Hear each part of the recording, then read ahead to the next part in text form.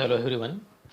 Now in this lecture we are going to learn one more important core building block of an Android operating system. Its name is content providers, right? So actually content providers are a very important component of an Android OS that serves the purpose of a relational database to store data of the various applications, right?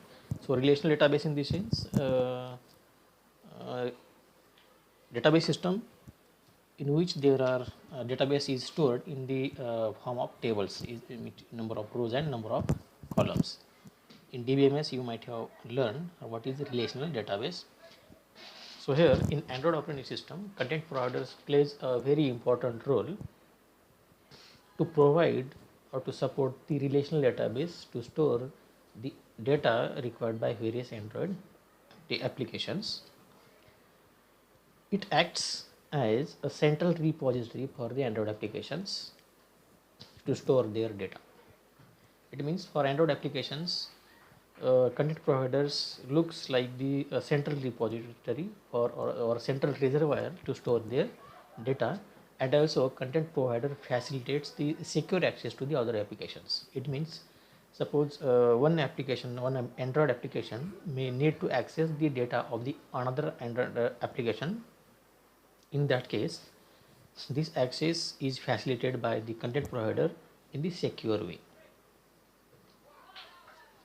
Then an Android system allows the content provider to store the application data in several ways. In the sense, the content provider stores the data required by the applications, and this data may be stored using various forms. It means the application data like audio, video, images, and there may be some personal data like contacts or SMS messages or MMS messages on the device or a mobile phone.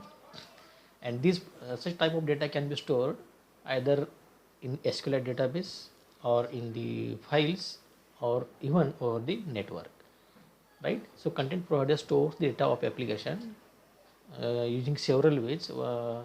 So out of the several ways, three important ways are: data can be stored in the database using the SQLite database manager, or it can be saved in the files using some input output stream reader methods of the Android, and in some cases this data will also be stored over the network, right? And content provider also enables data sharing between the Android applications, right? So in this case, the content providers have a certain permissions. Those are used to grant or restrict the rights to the other applications to interface with the data. It means one particular Android application is there, and it has some data. This data is required, or this data need to be accessed by the other Android applications, right? But in that case, that particular Android application may decide which application have a grant or have permitted to access data, and which applications have restricted the access to that particular data. And this type of facility is provided by the content provider, right? This is a typical diagram that represents the content providers. There are three layers. See, topmost layer is called as the business layer, and at this layer there are a number of Android applications that either requires the data from the other applications or provide the data for the other applications. Okay, and middle level layer is called as the data access layer, and this at this data access layer content provider is there.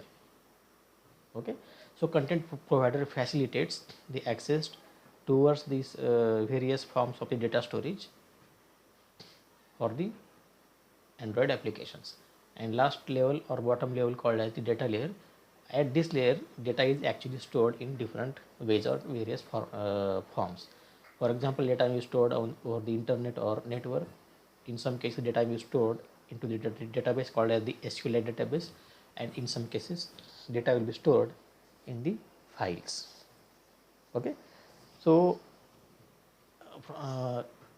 the applications or by the business applications, this data can be read or can be written to this n number of storage forms or storage methods through the content providers, right? So this is the very important role of the content provider for reading or writing a data by the Android applications. Well, then the next subtopic is called as the content URI.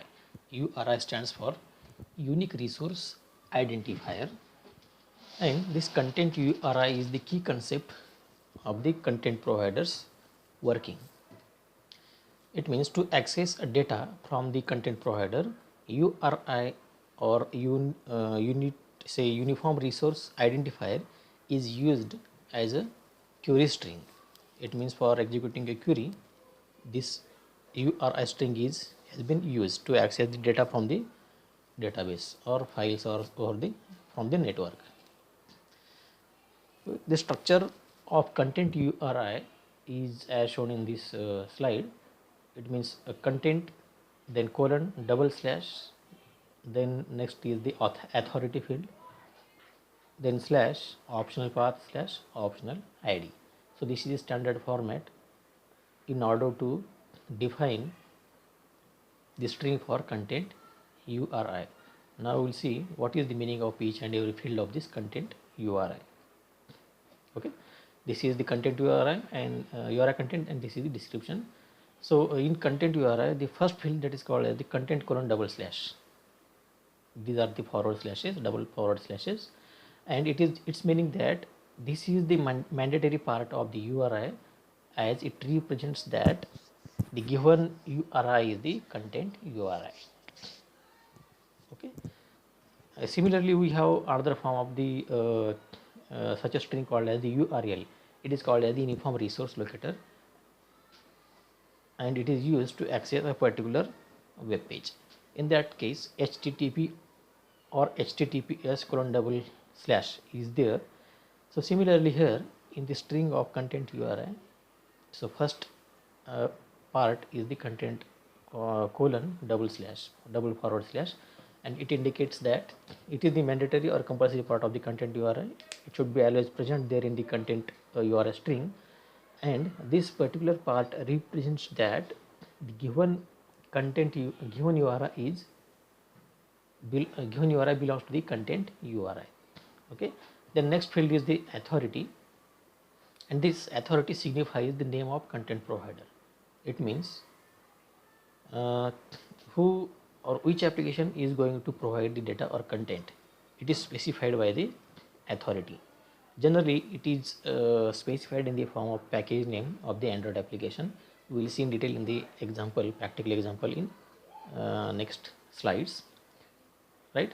So it authority signifies the name of content provider like contacts, browser, or sometimes other Android applications will be there, and this part must be the unique for every content provider. Okay, so there should not be duplication of this part for various applications or various content providers. This field should be unique among the various content providers. Then remaining two say attributes or parts of this content URI string are the optional, and the third one the optional path, and last one is the optional ID. So optional path specifies the type of data provided by the content provider. It means whether it is a image type of data, or it is audio type of data, or it is a text files or some other formats of data. It is specified by this optional path field or part of the content URI string. And last field that is called as the optional ID. It is the numeric value that is used where there is a need to access a particular record, right? So last one is the optional ID, and it is in integer value, and generally this optional ID is used to access a specific record from the content provider by referring to that identifier or ID of that particular record.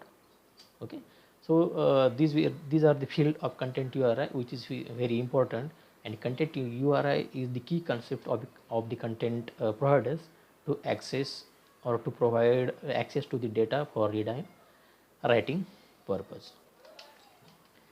Then next is the operations in content provider. Which type of operations can be carried out by the content provider? We will see that one. So there are four fundamental operations which can be carried out by the content provider, and these operations are often called or termed as the CRUD operations. This CRUD is the initial of every CRUD is found from the initial of every operation, and these four operations are called as the create, read, update, and delete. So it if you take the first letter of these all operations, it will become CRUD operations, and that is why these four operations of content provider are called as the CRUD operations. Okay, so first operation that is carried out by the content provider is the create operation, and this operation is used to create a data into the content provider. Similarly, read, it is very easy. It reflects whatever name of the application, name of the task is there, it reflects its functionality. So read operation is used to fetch a data from the content provider. Similarly, update operation is used to modify the existing data in the content provider, and clearly delete operation is used to remove the existing data for the storage from the content provider. Now we will see how the content provider works, right? This typical diagram represents the flow chart or data flow, how the content provider actually works. So generally, user interface components of the Android applications, like it may be activity or it may be fragment. Such a type of user interface component uses an object of cursor loader to send a query request to the content resolver. Okay, so whenever UI component like activity or fragment, what is fragment you will learn in the coming lectures, but you right now you remember that fragment is one of the component of an Android OS that is almost same as that of the activity. Okay, so wherever UI components of Android like activity and fragment need to access some data from the data storage, it cannot access it directly. Okay, so first of all, whatever operations this particular UI component want to carry out, these operations should be sent in the form of query requests to the first of all cursor loader, and cursor loader sends this query request to the content resolvers, right?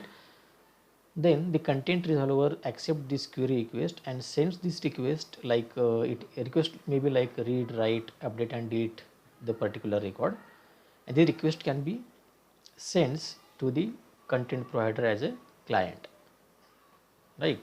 And upon receiving these requests from the content resolver, the content provider performs requested task. It means if it is a read operation, then the content provider accesses the data from data storage and returns back to the requesting application. On the other hand, if the required operation is the write operation, then the content provider will write a particular record to the database storage. Likewise, it may be update operation or it may be delete operation. So in this way, after receiving the request from the content resolver, content provider processes it and returns the desired results back to the content resolver.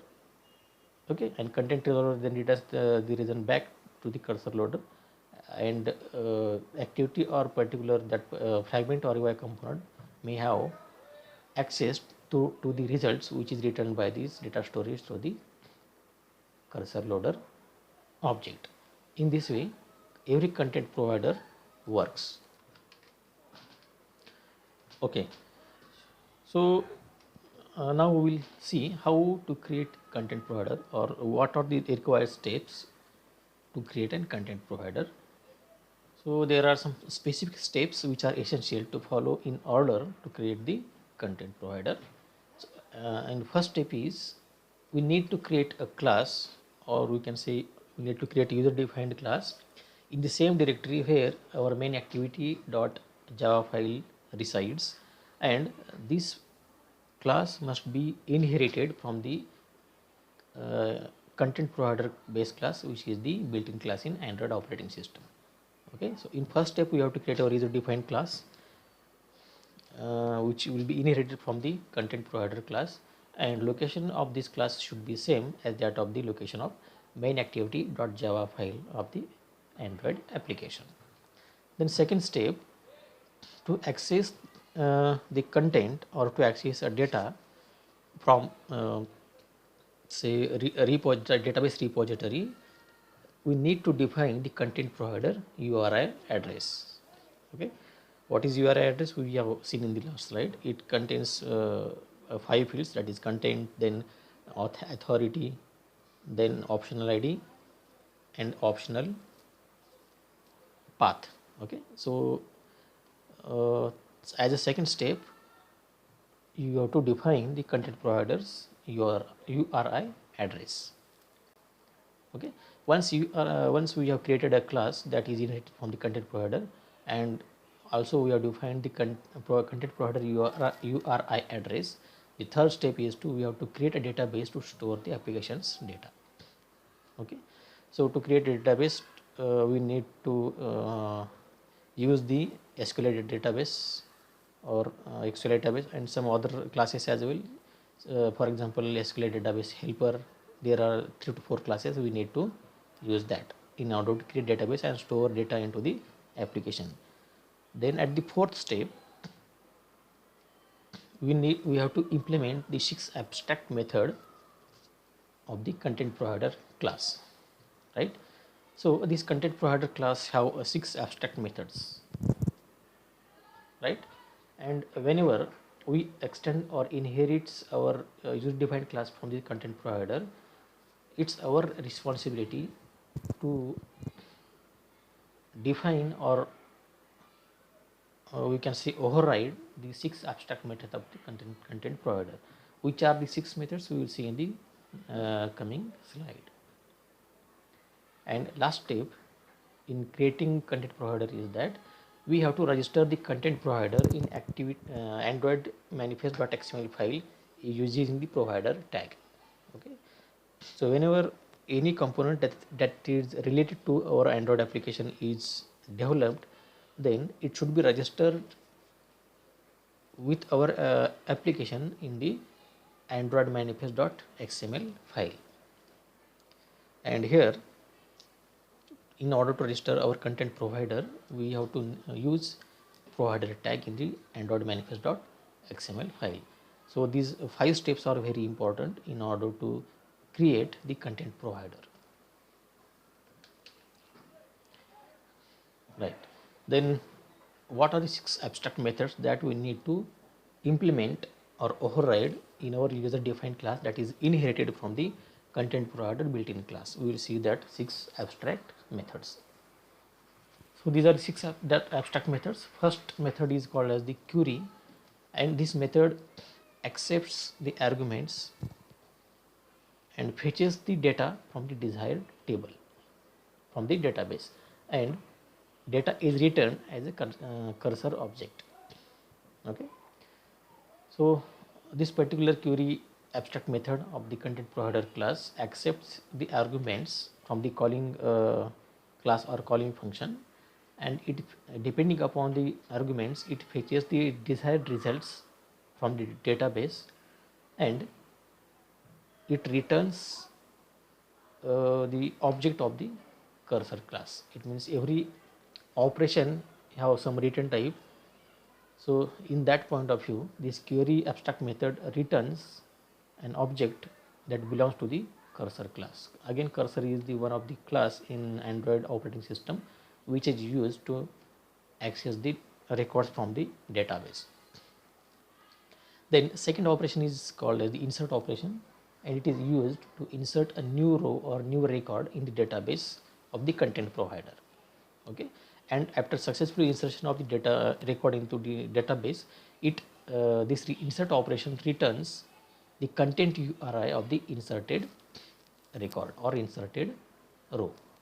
Okay, So content URI, it means it returns what is the authority of that particular record and what is the path and ID of that record. So all details will be returned to the calling function or calling class.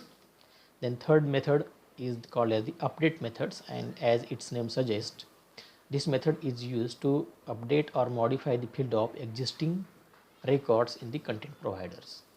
Okay, and after updation it returns the number of rows that those are updated with this particular update operation. Similarly, the fourth operation is called as the delete, and this delete method or delete abstract method is used to delete the existing record from the content provider, and after deletion it returns the number of rows or number of records that have been deleted. Okay, then fifth abstract method is called as the get type, and this method returns the say multipurpose internet mail extension, also it is called as the MIME in short form. So get type method is used to return the MIME type of data to the given content URI. Okay, if we want to get the type of the content URI, then we can use the get type method for that particular content URI strings. And last operation or last abstract method of the content provider, that is called as the on create. Okay, and as it suggests, its name suggests, so this particular method is used by the Android operating system to initialize the content provider. It means as the content provider is created, the Android system or Android operating system calls this method immediately to initialize the content providers. It is same as that of the onCreate method of the activity. So onCreate method of activity is called whenever activity is created first. Similarly here, as soon as the content provider is created, the next step is to initialize the content provider with the required values, initial values, and for that Android operating system will call the onCreate function immediately after the creation of content provider.